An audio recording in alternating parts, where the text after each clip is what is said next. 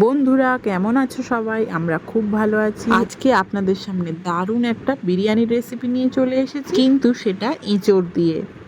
এঁচোড় দিয়ে বিরিয়ানি, সেটাও কি ভাবা যায়? যেহেতু বিরিয়ানির রেসিপি, তাই রেসিপিটা একটু বড় হবে। ভালো লাগলে স্কিপ না করে পুরোটাই দেখতে থাকুন।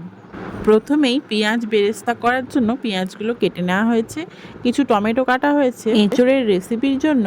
আর এই যে মশলাটা দেখতে পাচ্ছেন, এটাতে আছে আদা, রসুন, পেঁয়াজ আর কাঁচা লঙ্কা বাটা। আর আমরা এখানে বাসমতি রাইস ইউজ করেছিলাম, যেটা খুবই সুন্দর সেন্ট। তাছাড়াও অনেক লম্বা ভাত হয়েছে। এবার বিরিয়ানিতে দেওয়ার জন্য আলু নেওয়া হয়েছে, সেগুলোকে লবণ, হলুদ আর তেল দিয়ে প্রেসার কুকারে সিটি মেরে নেওয়া হয়েছে। এখানে দেখুন এঁচোড়ও নেওয়া হয়েছে, এঁচোড়গুলোকে সেমভাবে লবণ, হলুদ আর তেল দিয়ে প্রেসার কুকারে কয়েকটা সিটি মেরে নেওয়া হয়েছে। এবার বেরেস্তা করার জন্য বেশ অনেকটাই তেল নেওয়া হয়েছে। এখানে সাদা তেল ইউজ করা হচ্ছে, আর এটা ছাঁকা তেলে ভেজে নিতে হবে, তাহলেই এটা কড়কড়ে পাঁপড়ের মতো হয়ে থাকবে। দেখুন পুরো লাল লাল হয়ে গিয়েছে, আর মা এরকম ছাঁকা তেলে এটাকে ভেজে নিল, একটা পাত্রে তুলে নিল। কিছুক্ষণ পরেই এটা পাঁপড়ের মতো হালকা আর কড়কড়ে হয়ে গিয়েছে। এবার সেদ্ধ করে রাখা আলুগুলোকে ভেজে নিতে হবে। বেরেস্তাটা কমপ্লিট হয়ে গেলে ওই তেলেই আলুগুলোকে ভেজে নেওয়া হয়েছে। এবার আসি এঁচোড়ের রান্নায়। কড়াই পরিমাণ মতো সরষের তেল দিয়ে গোটা গরম মশলা আর তেজপাতা দিয়ে এই মশলাটা দিয়ে দেওয়া হবে। মশলাটা আগেই দেখানো হয়েছে। একটু ভালো মতো কষিয়ে দিতে হবে হলুদ গুঁড়ো, লঙ্কার গুঁড়ো, এখানে কাশ্মীরি লঙ্কার গুঁড়ো ইউজ করা হয়েছে, ধনের গুঁড়ো আর জিরের গুঁড়ো দেওয়া হলো। দিয়ে এবার ভালো মতো কষানোর পরে টক দই দেওয়া হচ্ছে। এবার আরও একটু কষিয়ে নিয়ে টমেটো কুচি, পরিমাণ মতো লবণ আর পরিমাণ মতো চিনি দিলেই মশলা সব কমপ্লিট। এবার ভালো মতো কষিয়ে নিতে হবে যতক্ষণ না পর্যন্ত মশলা থেকে তেল বের হয়। আমাদের চ্যানেলে চিকেন বিরিয়ানির আগেই রেসিপি দেওয়া আছে। এটা এঁচোড়ের বিরিয়ানি। গরমকালে সবার বাড়িতেই এঁচোড় পাওয়া যায়, তাই আজকে আমরা এঁচোড়ের বিরিয়ানি দেখালাম। আপনারা অবশ্যই বাড়িতে ট্রাই করে জানাবেন কেমন হলো আজকের রেসিপি।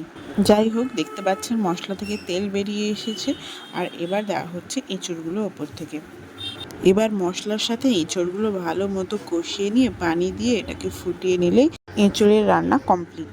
শেষে কিন্তু ঘি আর বিরিয়ানির মশলা দিতে একদম ভুলবেন না। এবার আসি বিরিয়ানির ভাতটা কিভাবে বানাবেন। দেখতেই পাচ্ছেন পানি ফুটছে, এবার এর মধ্যে কিছু মশলা দিতে হবে। মশলায় কী কী আছে দেখে নিন। এলাচ, লবঙ্গ, দারচিনি, জয়িত্রী, জায়ফল আর এখানে দুটো তেজপাতা দেওয়া হয়েছে। এবার ওপর থেকে কিছুটা সাদা তেল দিয়ে এটাকে ভালো মতো ফুটতে দিন।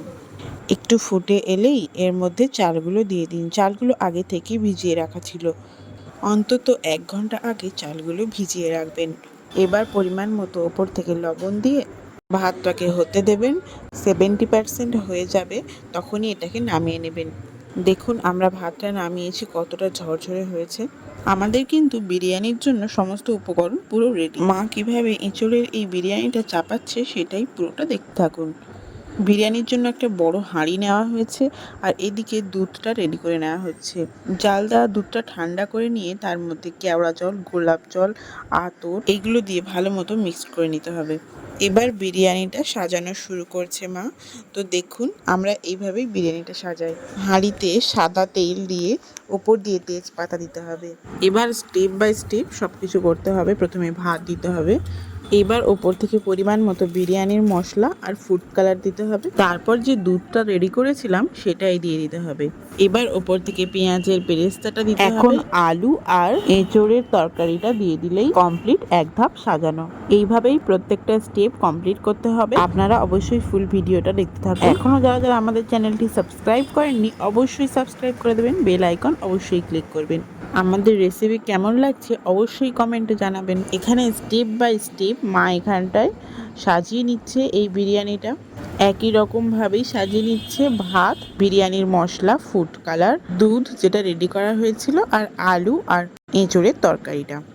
পুরোটা দেওয়া কমপ্লিট। এবার ওপর থেকে একটু ঘি দিয়ে মা এখন এটাকে দমে বসাতে দেবে। 20 থেকে 30 মিনিট পর্যন্ত লো ফ্লেমে এটাকে দম দিতে হবে। যখন দেখবেন হাই উঠছে তখন এটাকে নামিয়ে নেবেন। আমাদের বিরিয়ানির রেসিপি একদম কমপ্লিট, আর দেখেই লোভ লাগছে, তাই না? আমরা এটাকে খুব মজা করে খেয়েছি, কারণ দারুণ হয়েছে, স্বাদে এবং গন্ধে অতুলনীয়।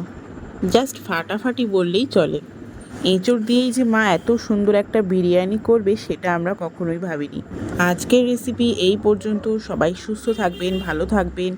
আমাদের রেসিপি কেমন লাগলো অবশ্যই জানাবেন।